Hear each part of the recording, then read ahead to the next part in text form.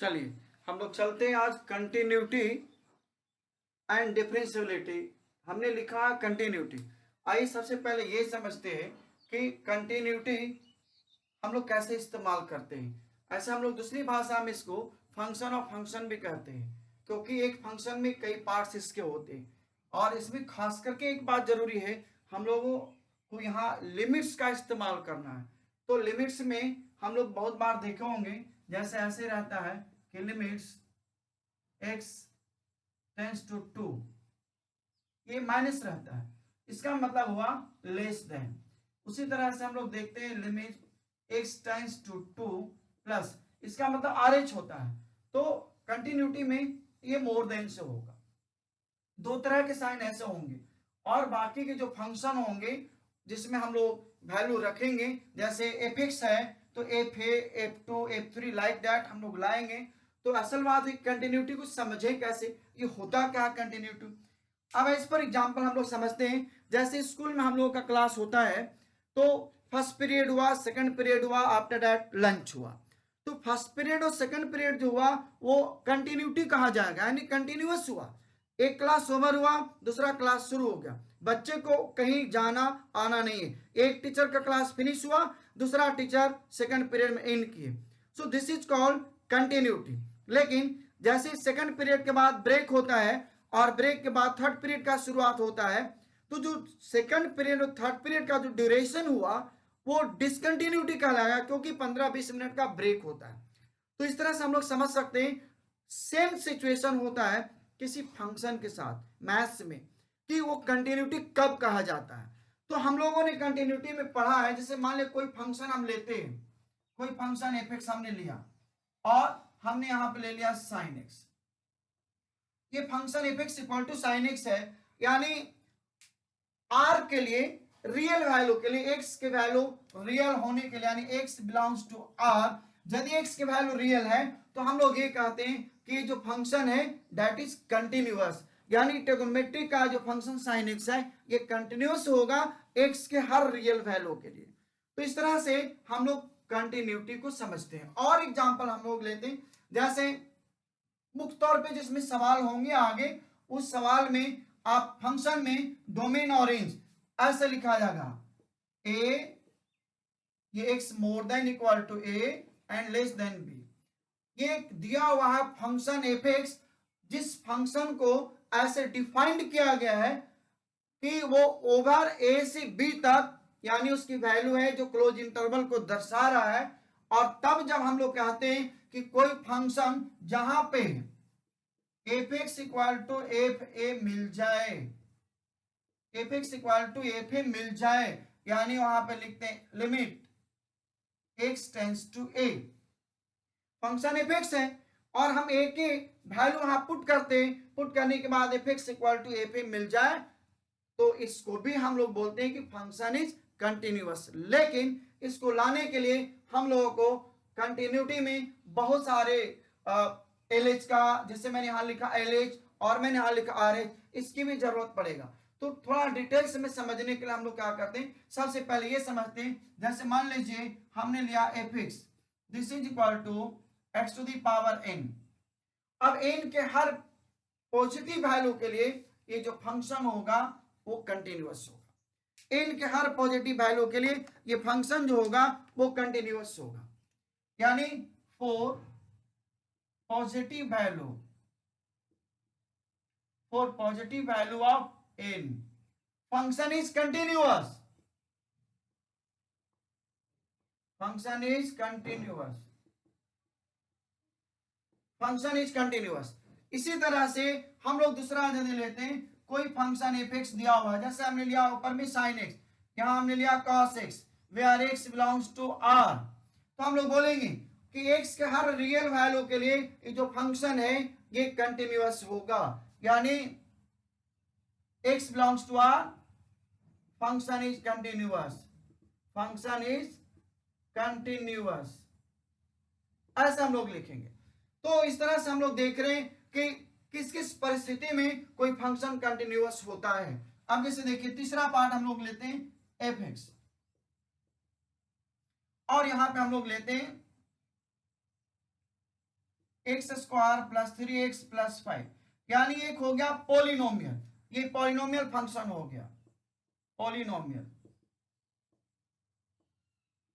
Polynomial function. यानी हम लोग ये भी कहते हैं कि जो पॉलिनोमियल फंक्शन है वो भी कंटिन्यूअस होगा। इसके एग्जांपल यहां दिख रहा है, यानी एक्स के हर रियल वैल्यू के लिए, हर रियल वैल्यू के लिए ये फंक्शन क्या है, कंटिन्यूअस है, कंटिन्यूअस है, लगातार चलते रहेगा, जितना वैल्यू लाइए रियल है तो रियल मिला। कंटिन्यूअस का क्या मतलब हुआ, जैसे आपने एक्स की वैल्यू 1 रखा तो जो सॉल्यूशन आएगा वो रियल, 2 रखा वो रियल, यानी एक्स के हर रियल वैल्यू के लिए जो एफ एक्स का वैल्यू आएगा वो ऑलवेज रियल आएगा। This is the meaning of continuous.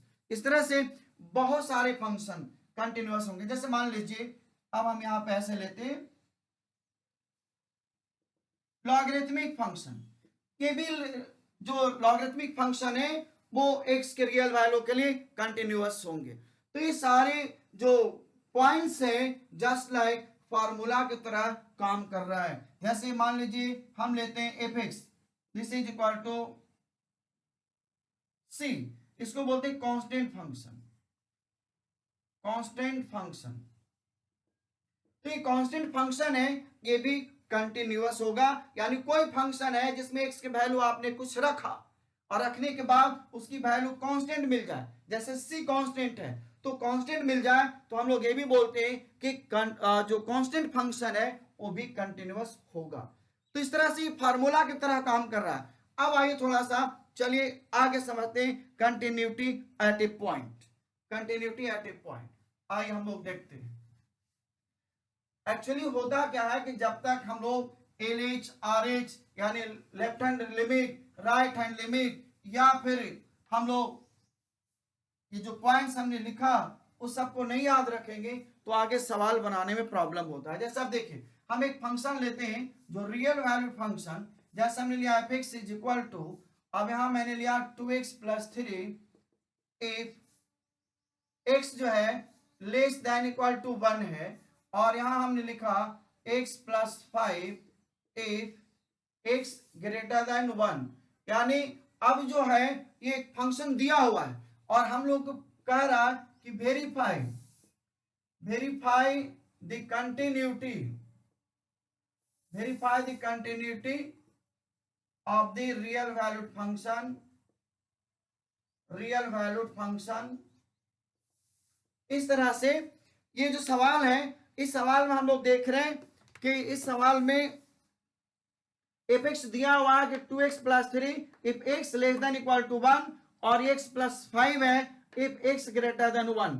अब यहां देखिए 3 पार्ट है और इस तीनों पार्ट में हम लोग देखते हैं कि किस तरह से ये जो फंक्शन है ये रियल वैल्यूड फंक्शन है और ये रियल वैल्यूड फंक्शन जो है कंटिन्यूअस है या नहीं है, तो वेरीफाई करना है। तो कैसे वेरीफाई करेंगे, अभी हमने लिखा था कि जो इस साइन है, ये जो साइन है लेस देन का, this is the meaning of LH limit. तो हम लोग सॉल्यूशन में ऐसे वेरीफाई करते हैं, यहां पर लिखेंगे लिमिट x टेंड्स टू 1, यहां मैंने माइनस लिखा और यहां लिखा fx, यानी LH हो गया और fx क्या है 2x plus 3, it mean 2 into 1 plus 3, ये हो गया 5 हो गया। ये भी एक मेथड है।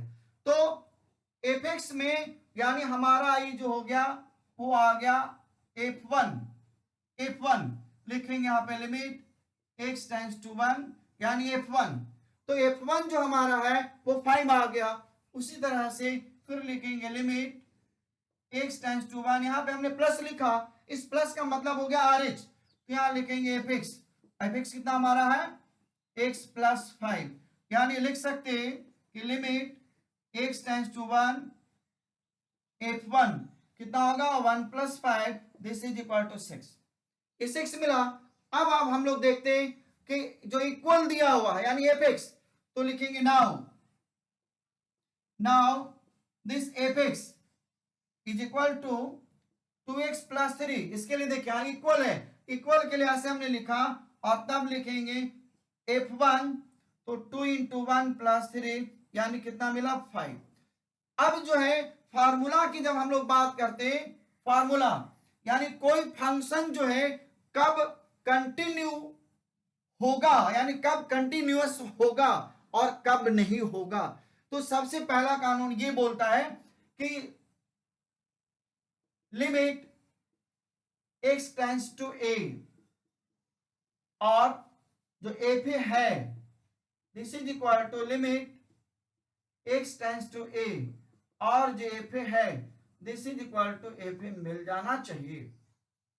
और इसी को हम लोग लिखते हैं और करके कि this f x equal to f a. ऐसा यदि होता है तो ये फंक्शन को कंटिन्यूअस माना जाता है। ये कानून है, ये फार्मूला है, ऐसा हम लोग इसको ऐसे समझते हैं। तो अब देखिए ये जो हमने लिखा है limit x tends to a, यहां माइनस है, इसका मतलब LH हुआ, यानी जो एफ एक्स है उसमें x की जगह a वैल्यू पुट करेंगे। जैसे हमने यहाँ पे a पुट किया तो 5 मिला। उसी तरह से limit x tends to a है, और यहाँ a हमने लिखा है, यहाँ प्लस लिखा है, इसका मतलब RH हुआ, यानी जो RH है जैसे यहाँ पे दिया हुआ x प्लस 5, और x की जगह वैल्यू हमने a पुट किया, a का मतलब देखिए 1 है तो हमको 6 मिला।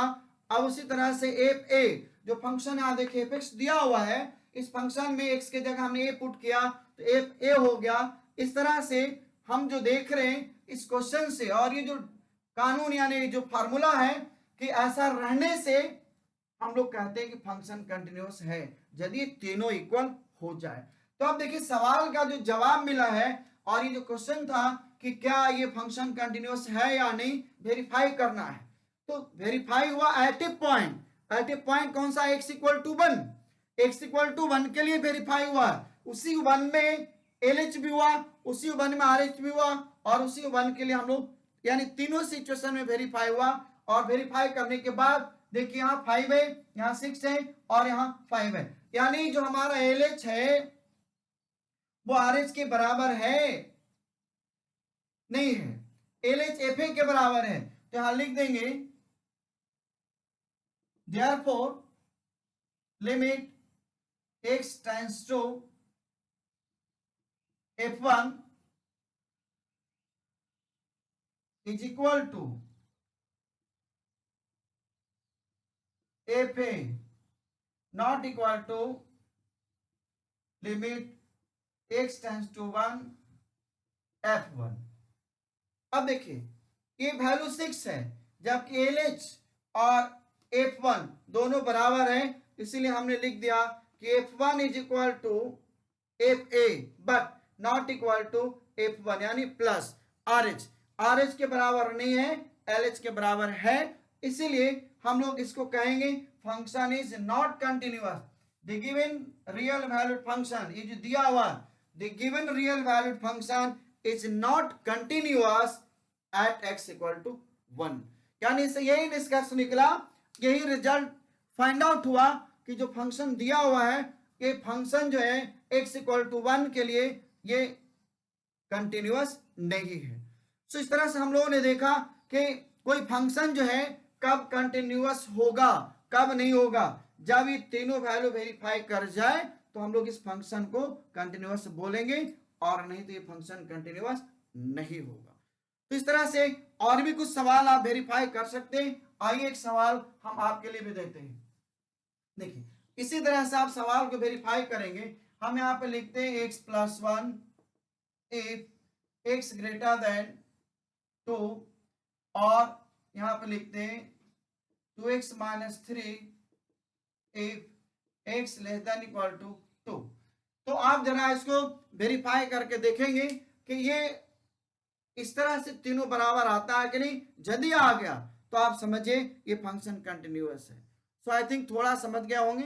फिर मिलेंगे हम लोग नेक्स्ट वीडियो में। Thank you.